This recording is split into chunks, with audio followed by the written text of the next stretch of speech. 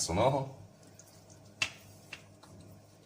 بالشكل ده. نحاول نوزع البطاطس بتاعتنا في ارضيه الصينيه او على وش اللحمه زي ما حضراتكم شايفين. طبعا البطاطس زي ما قلت يا جماعه كل ما خدت سوا كل ما ريحتني في الفرن وما خدتش وقت معايا في التسويه. فاحنا بنديها وش في الزيت كده، يعني تاخد نص سوا ونكمل السوا التاني في الفرن زي ما قلت لحضراتكم. كده تقريبا خلاص غطينا وش اللحمه معانا بالطريقه دي. هنيجي بقى للرقه الاخيره خالص وهي رقه البتنجان بالشكل ده.